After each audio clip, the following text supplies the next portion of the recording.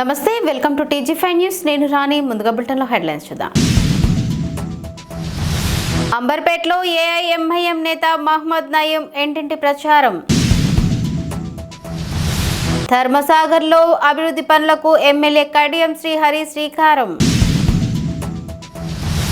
సంగారెడ్డిలో Methodist church భూములపై CM జోక్యం కోరుతూ భారీ ర్యాలీ.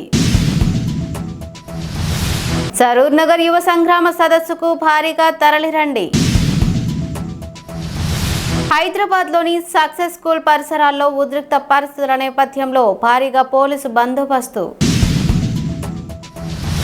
ప్రభుత్వానికి 6,000 కోట్లు బకాయిలు పడ్డ పెద్ద రైస్ మిల్లర్లకు కొమ్ము కాస్తున్న ప్రభుత్వం. అంబర్పేటలో ఓటరు జాబితా ప్రత్యేక సవరణ ప్రక్రియపై అవగాహన కార్యక్రమం నిర్వహించారు. ఏఐఎంఐఎం సీనియర్ నాయకుడు మహమ్మద్ నయీం పటేల్ నగర్ తో పాటు ఇబ్రాహిమియా, బిలాల్ మసీదు పరిసర ప్రాంతాల్లో ఇంటింటికి వెళ్లి ప్రజలను కలిసిన ఆయన ఇప్పటికే తీసుకున్న ఎస్ఐఆర్ ఫారాలను పూర్తిగా నింపి ఎలాంటి ఆలస్యం చేయకుండా సంబంధిత బిఎల్ఓలకు అందజేయాలని విజ్ఞప్తి చేశారు. ప్రజలు ఈ ప్రక్రియను సకాలంలో పూర్తి చేసి తమ ఓటరు వివరాలను సరి చేసుకోవాలని సూచించారు.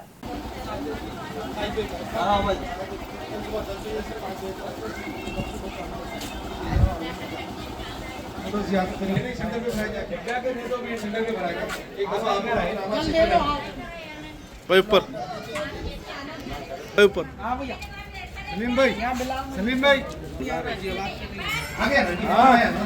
तो भर दिए फॉर्म भरे, फोटोस लगाना है। ठीक है, अगर आपके पास जो भी फोटो है ना वो लगाइए आप।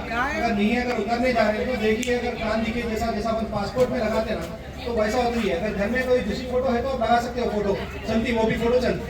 तो जाके अगर भरवा लीजिए, अगर भरिए तो खाली फोटो लगाना है ना, तो फोटो लगा के सरस्वती स्कूल में बीएलओ बैठे हुआ है, आप जाके वो बीएलओ को सबमिट कर करना पड़ सकता है।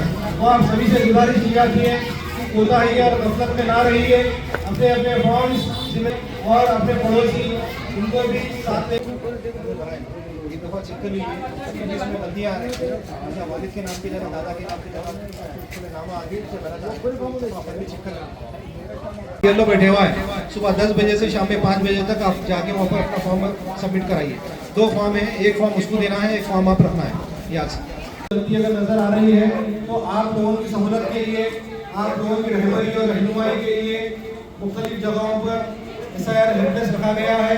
वहाँ पर अपने फॉर्म्स के साथ 2 पासपोर्ट साइज फोटो और आधार कार्ड और वोटर कार्ड लेके जाकर अपना फॉर्म सही से भरवा लीजिए। और अपना फॉर्म से एक फॉर्म आप बीएलओ को देना है और एक फॉर्म अपने पास आप लोगों के पास महफूज रखना है। याद रखिए, 24 दिन आखिरी दिन है आप लोगों के लिए, यानी कि ज़्यादा लोग सबमिट करने की वजह से फॉर्म सबमिट भी नहीं हो सकता। तो आप लोग आखिरी वक्त का इंतजार मत करिए, जब भी वक्त है आप घर से निकलिए, थोड़ा वक्त निकालिए, क्योंकि ये वाले दिनों में जैसे कि आप देखते हैं दूसरे रियासतों में एसआईआर में अगर नाम कट गया है और आप वोट नहीं डाल सके, पहाड़ी में रहते फॉर्म आया, पहाड़ी शरीफ में आपका फॉर्म भी भरा है, पहाड़ी शरीफ में बढ़ा दिए अच्छा भी लेके आए। तो पहाड़ी शरीफ से लेके आए, यहाँ पर कैंप्स लगे हुए हैं, कैंप्स पे लेके जाके फॉर्म भरवा लीजिए। फोन करके बीएलओ को फॉर्म दे दीजिए। अगर आपका नाम जैसे कि पहाड़ी शरीफ में आपका वोट है, आप यहाँ पर है, आप ऑनलाइन भी भर सकते हैं। ऑनलाइन में आपका आधार कार्ड में नाम सही है और वोटर आईडी में नाम सही है, आधार कार्ड पे नंबर अपडेट है, आपका नहीं है तो आइए 24 घंटे या 2 दिन में आपका नाम नंबर अपडेट हो जाता है। हो गया तो आपको पहाड़ी शरीफ भी जाने की जरूरत नहीं है। हमारे लोग आपकी सहूलत के लिए सेंटर पे बैठे हुए हैं, वो लोग ऑनलाइन करके देते हैं। खाली आप आधार सेंटर अपना पोस्ट ऑफिस है अंबरपेट का, वहाँ पर जाके केवाईसी करा के अपना नंबर अपडेट कराइए। 2 दिन में इंशाल्लाह आपका नंबर अपडेट होगा, फिर आपका फॉर्म भी सबमिट होगा। అందరికీ నమస్కారం. మన తెలంగాణలో ఎస్ఐఆర్ ప్రోగ్రామ్ నడుస్తున్నది. ఆ ప్రోగ్రామ్ వల్ల మనకు అందరికీ తెలుసు, బిఎల్ఓ తరఫు నుంచి 2 ఎన్యూమరేషన్ ఫామ్స్ డిస్ట్రిబ్యూట్ చేస్తున్నారు.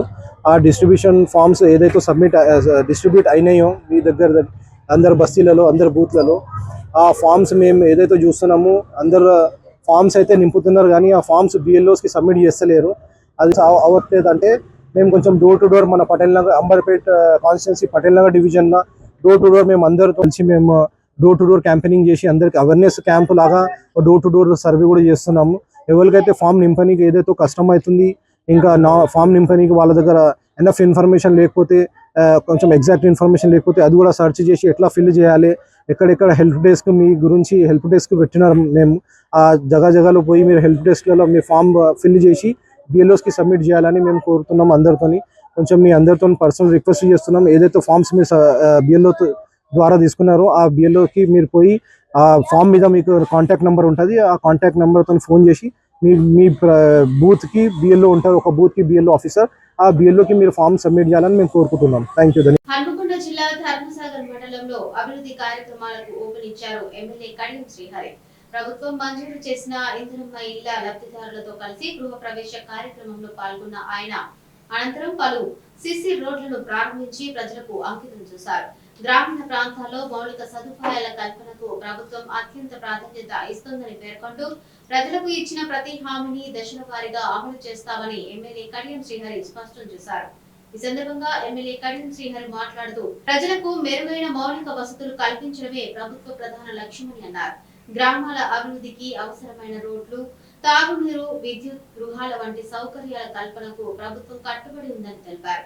ప్రజలకు ఇచ్చిన ప్రతి హామీని దశల వారీగా అమలు చేస్తామని పేర్కొన్నారు. ప్రజాప్రతినిధులు, అధికారులు, కాంగ్రెస్ నాయకులు, కార్యకర్తలు, గ్రామస్తులు పెద్ద సంఖ్యలో ఈ కార్యక్రమంలో పాల్గొన్నారు. జహీరాబాద్ లోని Methodist church, Methodist rural high school భూములను పరిరక్షించేందుకు రాష్ట్ర ప్రభుత్వం తక్షణం జోక్యం చేసుకోవాలని Methodist church in India Hyderabad regional conference ప్రతినిధులు డిమాండ్ చేశారు. సంగారెడ్డిలోని సిఎస్ఐ చర్చ్ నుంచి కలెక్టరేట్ వరకు భారీ ర్యాలీ నిర్వహించి జిల్లా కలెక్టరేట్ కు వినతి పత్రం సమర్పించారు. చర్చి విద్యా సంస్థల ఆస్తులను కాపాడడంతో పాటు శాంతి భద్రతలు పరిరక్షించాలని ప్రభుత్వాన్ని కోరారు. ఈ సందర్భంగా ప్రతినిధులు మాట్లాడుతూ జహీరాబాద్ మెథడిస్ట్ చర్చికి సుమారు 170 ఏళ్ల చరిత్ర ఉందని, మెథడిస్ట్ రూరల్ హై స్కూల్ కు దాదాపు 100 ఏళ్ల సేవ చరిత్ర ఉందని తెలిపారు. హైదరాబాద్ రీజనల్ కాన్ఫరెన్స్ పరిధిలో అనేక చర్చిలు, వందలాది మంది పాస్టర్లు ఎలాంటి ఇబ్బందులు లేకుండా సేవలు అందిస్తున్నప్పటికీ ఇటీవల కొందరు చర్చి వ్యతిరేక శక్తులు భూముల విషయంలో జోక్యం చేసుకుంటున్నారని ఆరోపించారు. చర్చి విద్యా సంస్థల ఆస్తులను చట్టబద్ధంగా పరిరక్షించేందుకు రాష్ట్ర ప్రభుత్వం వెంటనే చర్యలు తీసుకోవాలని, శాంతి భద్రతలు కాపాడుతూ చర్చి పరిపాలన యథావిధిగా కొనసాగేందుకు అవసరమైన రక్షణ కల్పించాలని వారు విజ్ఞప్తి చేశారు. ఈ కార్యక్రమంలో బిషప్ డా సిమియోన్, రెవరెండ్ డా స్టీవెన్ తో పాటు మెథడిస్ట్ పాస్టర్లు, ప్రతినిధులు, విద్యా సంస్థల సభ్యులు, విశ్వాసులు పెద్ద సంఖ్యలో పాల్గొన్నారు.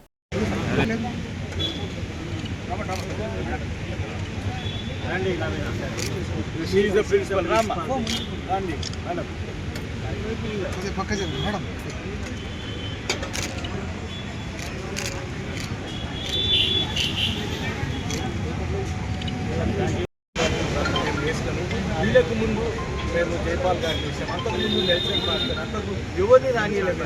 ఇప్పుడు ఈ అపాయింట్మెంట్ మీరు యాక్సెప్ట్ చేసినట్టు అక్కడ లోకల్ పోలీసులతో మీరు చెప్పాలి మేడం. మీరు అయితే 2 మేడం, అయితే ఇది లాస్ట్ స్కూల్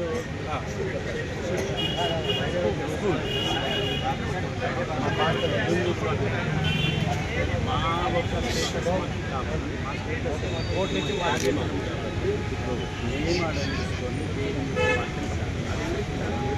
అది లేడీ నవీన ఉన్నది. 2 విషయంలో ఆలం Methodist church Hyderabad regional conference నుంచి 9 జిల్లాల మంత్రులు గారు, అంటే పాస్టర్స్, డిస్ట్రిక్ట్ సూపరింటెండెంట్స్ ఈ ఒక నిరసన వ్యక్తపడటానికి కారణం ఏమంటే, నేను వచ్చి 1 సంవత్సరం పైన అయింది. జహీరాబాద్ అనే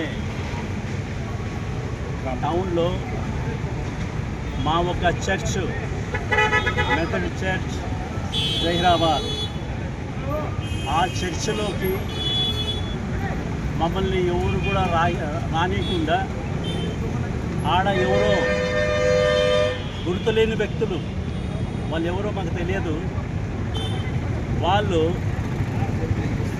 మా పైన అపప్రచారం చేస్తూ ముక్తులైన అంత విలేజ్లో ఉన్న విశ్వాసులను రెచ్చగొడుతూ రండి రండి రండి, బిషప్ వచ్చినాడు, మా ఒక ల్యాండ్ని అమ్మనికి వచ్చినాడని తప్పు అక్రమం సందేశాన్ని రవాణించి అందరినీ ఆడ రప్పించి మేము రాకోకుండా మా పైన దాడులు జరిగాయి.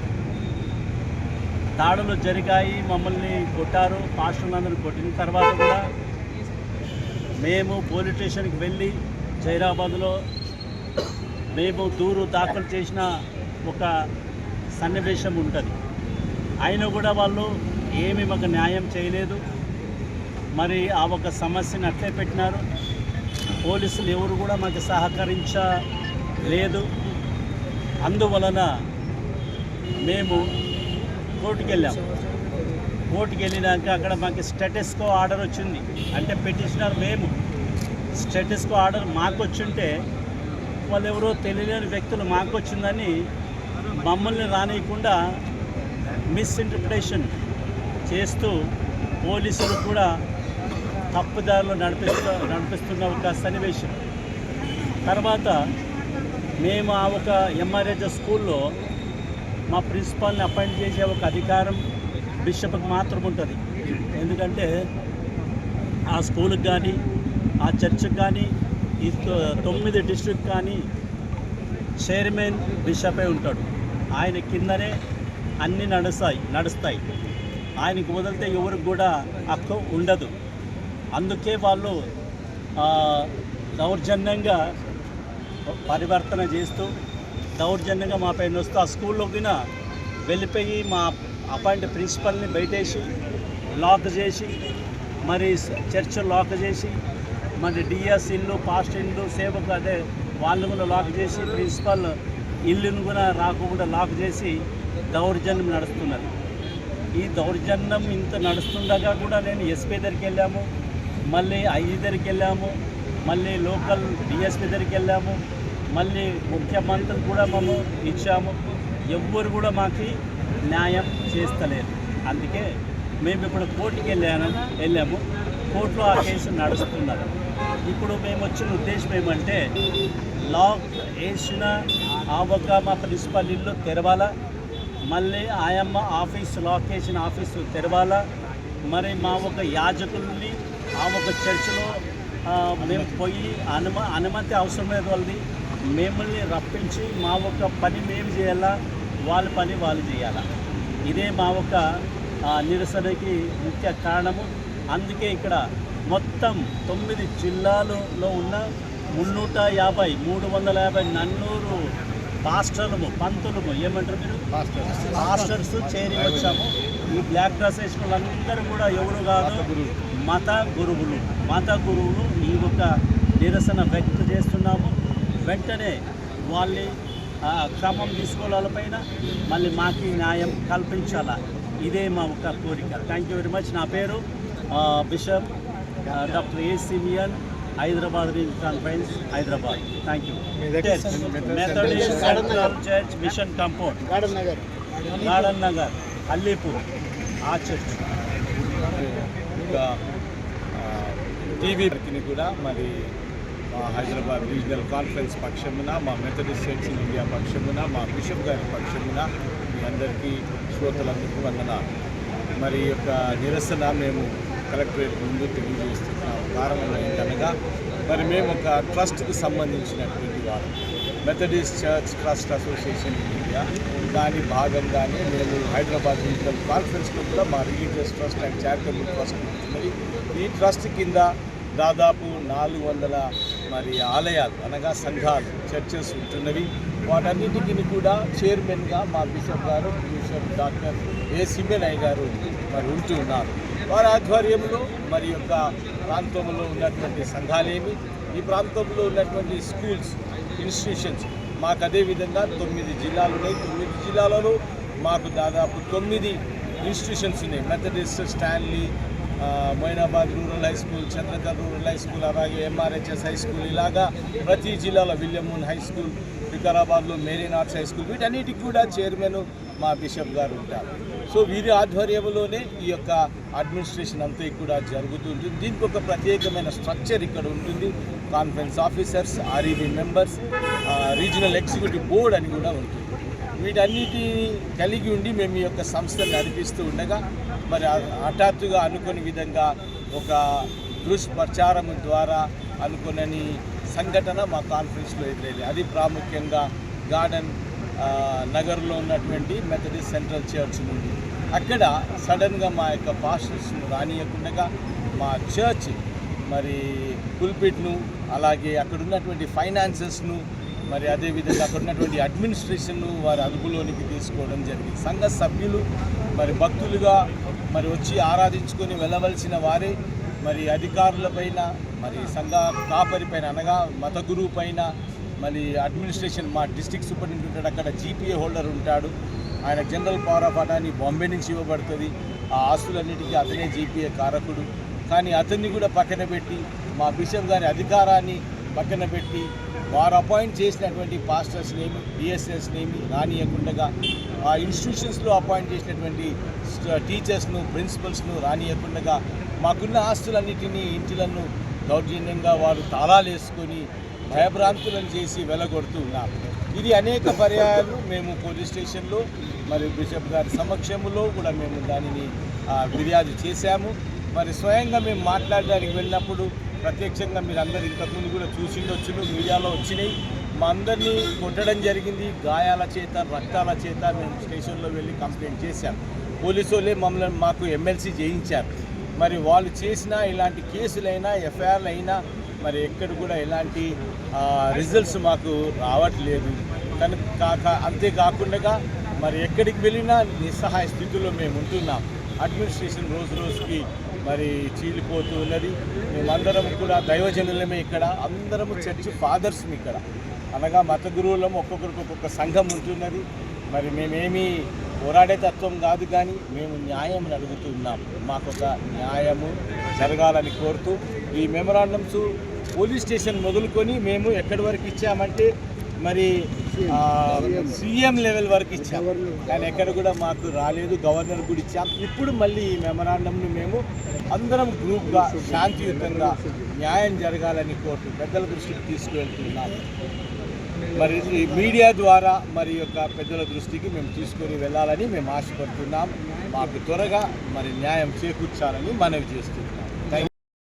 ఈ నెల 18న సరూర్ నగర్ వేదికగా నిర్వహించనున్న బీఆర్ఎస్ యువ సంగ్రామ సదస్సును విజయవంతం చేయాలని పార్టీ నేతలు పిలుపునిచ్చారు. అబ్సిగూడలో నిరుద్యోగ జేఏసీ నాయకులు వివిధ యూనివర్సిటీల విద్యార్థి నేతలతో సమావేశం నిర్వహించి సదస్సు పోస్టర్ను ఆవిష్కరించారు. కాంగ్రెస్ ప్రభుత్వం ఎన్నికల హామీల పేరుతో నిరుద్యోగులు యువత విద్యార్థులను మోసం చేసిందని ఆరోపిస్తూ యువత హక్కుల కోసం సరూర్ నగర్ వేదికగా శమరశంఖం పూరిద్దామని బీఆర్ఎస్ నేతలు పిలుపునిచ్చారు.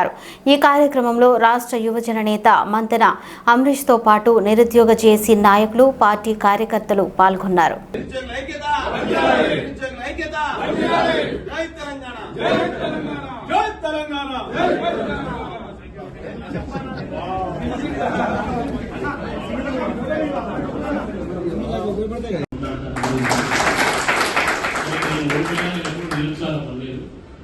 మీతో కలిసి నేను పనిచేశాను. మీరు ఒక్కడిగానే పని ఎప్పుడో పెద్ద లీడర్ని మీరందరూ సామాన్యులని ఎప్పుడు చూద్దాం. అందరూ ఈక్వల్గా కలిసి చాలా ప్రోగ్రామ్స్ కూడా మనం కండక్ట్ చేసాం. అద్భుతమైన టీం ఇక్కడ ఉంది. ఈ టీం కలుసుకుంటే ఈ హైదరాబాద్లో హైదరాబాద్లోని సక్సెస్ స్కూల్ పరిసరాల్లో ఉద్రిక్త పరిస్థితుల నేపథ్యంలో భారీగా పోలీసు బందోబస్తు ఏర్పాటు చేశారు. ఎండను లెక్క చేయకుండా విధులు నిర్వర్తిస్తున్న పోలీసు సిబ్బందికి TG five news south zone reporter Imran Alam తాగునీటి బాటిళ్లను పంపిణీ చేసి మానవత్వాన్ని చాటారు. క్లిష్ట పరిస్థితుల్లో శాంతి భద్రతలను కాపాడేందుకు నిరంతరం విధులు నిర్వహిస్తున్న పోలీసుల సేవలను అభినందించిన స్థానికులు ఈ మానవతా కార్యక్రమాన్ని ప్రశంసించారు.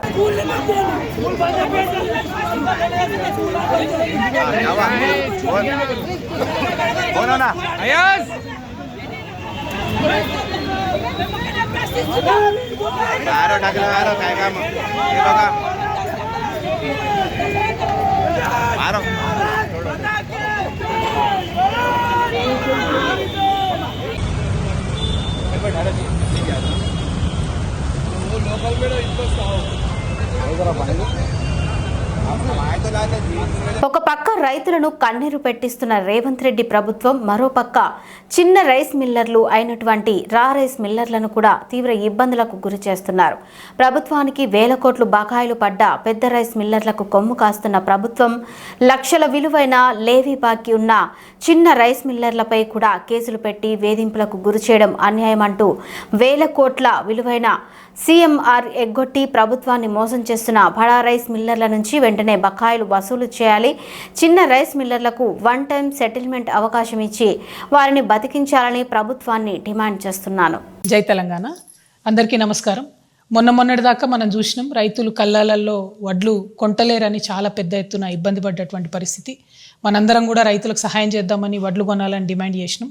అయినప్పటికీ దాదాపు 8 నుంచి 10 కిలోల వరకు తరుగు అంటే కడతా తీసుకుంటూ కూడా రైతుల్ని ఇబ్బంది పెట్టి నానా హింసలు పెట్టి చివరికి అక్కడిక్కడ వదిలేసి రాష్ట్ర ప్రభుత్వం రైతుల్ని తీవ్రంగా నిర్లక్ష్యం చేసినటువంటి పరిస్థితిని గమనించినాం. ఒక పక్క రైతులతో రక్త కన్నీరు పెట్టిస్తున్నటువంటి రేవంత్ రెడ్డి ప్రభుత్వం, ఇంకొక పక్క చిన్న రైస్ మిల్లర్స్ ఎవరైతే ఉంటారో, రా రైస్ మిల్లర్స్ ఎవరైతే ఉంటారో వారిని కూడా తీవ్రంగా ఇబ్బందులకు గురి చేస్తున్నటువంటి పరిస్థితి కనబడతా ఉన్నది. ప్రధానంగా ఏదైతే రైతులు పండించేటటువంటి ధాన్యాన్ని ప్రభుత్వం కొని దాన్ని మిల్ చేసి మళ్ళీ రేషన్ షాపుల ద్వారా ప్రజలకు ఇచ్చేటటువంటి వ్యవస్థ మన రాష్ట్రంలో కొనసాగుతుంది. అయితే ఈ వ్యవస్థలో రా రైస్ మిల్లర్స్ ఉంటారు, అట్లానే బాయిల్డ్ రైస్ మిల్లర్స్ అని పెద్ద రైస్ మిల్లర్స్ ఉంటారు. ఈ బాయిల్డ్ రైస్ మిల్లర్స్ అనేటోళ్ళు ఒక్కొక్క జిల్లాలో పెద్ద ఎత్తున రైస్ మిల్స్ పెట్టుకొని 100 కోట్ల రూపాయలతోని వ్యాపారం చేసేటటువంటి బడా వ్యాపారవేత్తలు ఉంటారు. వీళ్ళు సంవత్సరం పొడవునా కూడా అన్ని సీజన్స్లో కూడా వడ్లు కొంటూ ఉంటారు, వ్యాపారం చేస్తూ ఉంటారు. ఇప్పుడున్నటువంటి రేవంత్ రెడ్డి గారి ప్రభుత్వం ఈ పెద్ద రైస్ మిల్లర్స్ ఎవరైతే ఉంటారో, 100 కోట్లలో వ్యాపారం చేసేటటువంటి రైస్ మిల్లర్స్ ఎవరైతే ఉంటారో వారు ప్రభుత్వానికి దాదాపుగా 4,000 కోట్ల రూపాయలు బాకీ ఉన్నా కూడా వారి వైపు వెళ్ళడం లేదు, వారిని అడగడం లేదు. కానీ ఏదైతే ఈ చిన్న రైస్ మిల్లర్స్ ఉంటారో, రా రైస్ మిల్లర్స్ ఉంటారో వాళ్ళు 10 లక్షల రూపాయల నుంచి 1 కోటి రూపాయల వరకు ఎంత అప్పున్నా సరే దొంగల్ని చూసినట్టు వాళ్ళని చూసుకుంటూ వాళ్ళ రైస్ మిల్స్ మీద పడి ఎంక్వైరీల పేరుతో వాళ్ళని వేధించి ముసుగులేసి వాళ్ళని దొంగలను అరెస్ట్ చేసినట్టు తీసుకుపోయి అరెస్ట్ చేస్తున్నారు. అట్లా అరెస్ట్ చేస్తే చిన్న రైస్ మిల్లర్లు బాధపడి ఇబ్బంది పడి కరీంనగర్లో పాపం ఒక ఆడబిడ్డ సూసైడ్ కూడా చేసుకోవడం జరిగింది. మరి ఇటువంటి దారుణమైన పరిస్థితుల్లో కూడా ఉత్తమ్ కుమార్ రెడ్డి గారు కానీ రేవంత్ రెడ్డి గారు కానీ మరి జరుగుతున్న పరిస్థితి ఏంటి, మోసం ఏంటి అని గ్రహించలేకపోతున్నారా, లేకపోతే చూసి చూడనట్టుగా పోతున్నారా నాకు అర్థమవుతలేదు. ఎందుకంటే ఇప్పుడు ఒక ఫ్రెష్ టెండర్ చూస్తున్నాం మనం. ఇది ఈ మధ్య కాలంలోనే టెండర్ చేయడం జరిగింది. ఇదేంది అంటే కేసీఆర్ గారి ప్రభుత్వం దిగిపోయేటటువంటి సమయంలో గోడౌన్లో ఏదైతే 1,40,000 టన్నుల దొడ్డు బియ్యం ఉన్నదో దానికోసం టెండర్ వేయడం జరిగింది. ఇంతకుముందు ప్రభుత్వం ఉన్నప్పుడు 48 రూపాయలతోని మన ఫిలిప్పీన్స్కు ఆనాడు టెండర్ వేసి అంతకుముందు ఉన్న రైస్ అమ్మిండ్రు.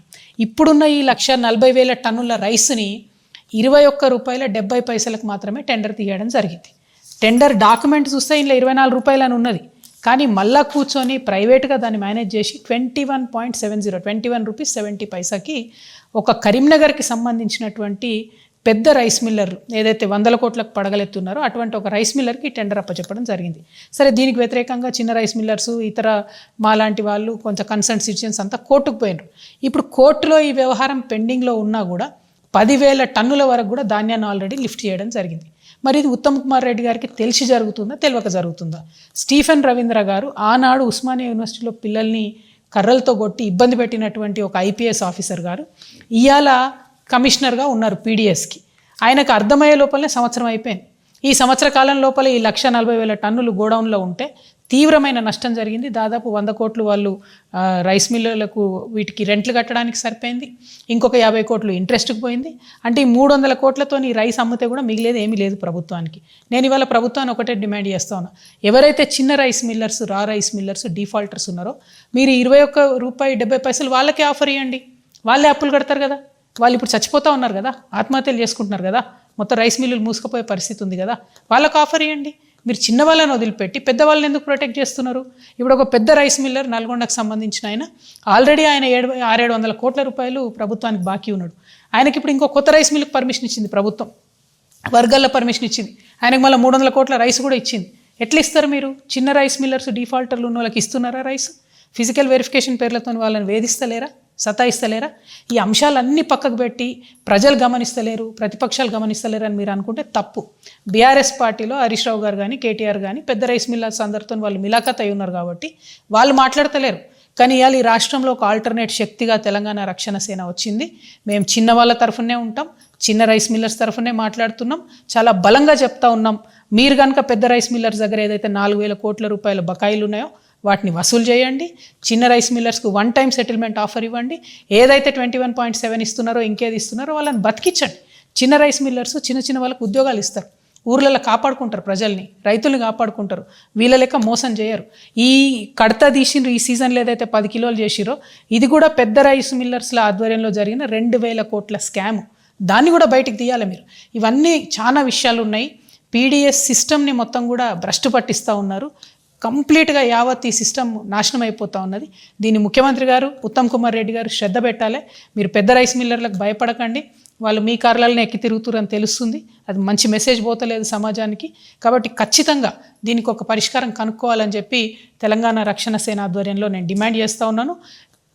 పరిష్కారం చేయకపోతే ఈ పెద్ద రైస్ మిల్లర్లందరూ పేరున ఎక్కడుంటారో కూడా మాకు తెలుసు. ఎప్పుడంటే అప్పుడు పోదాం, టీఆర్ఎస్ వాళ్ళం వస్తాము, ప్రభుత్వ అధికారులు రండి. 4 సీజన్ల బియ్యం ఒక్కొక్కరి దగ్గర, 4 సీజన్ల వడ్లు ఒక్కొక్కరి దగ్గర ఉండాలి. లేదనుకోండి, లేదనుకోండి, మరి వీళ్ళ మీద పెట్టే పీడీ యాక్ట్లు కేసులు వాళ్ళ మీద కూడా పెట్టండి. ఎందుకంటే 15 లక్షల టన్నుల ధాన్యం ఉండాల్సిన దగ్గర 5 లక్షల టన్నులు కూడా లేవని మీ కమిషనరే రిపోర్ట్ ఇచ్చిండు. మరి ఛాలెంజ్ చేస్తాను ఉత్తమ్ కుమార్ రెడ్డి గారు, మీరు మినిస్టర్ కదా, మీరు ఎటంటే అటు పోదాం, ఏ జిల్లాకంటే ఆ జిల్లాకు పోదాం, నేను వస్తా, మీరు కూడా రండి.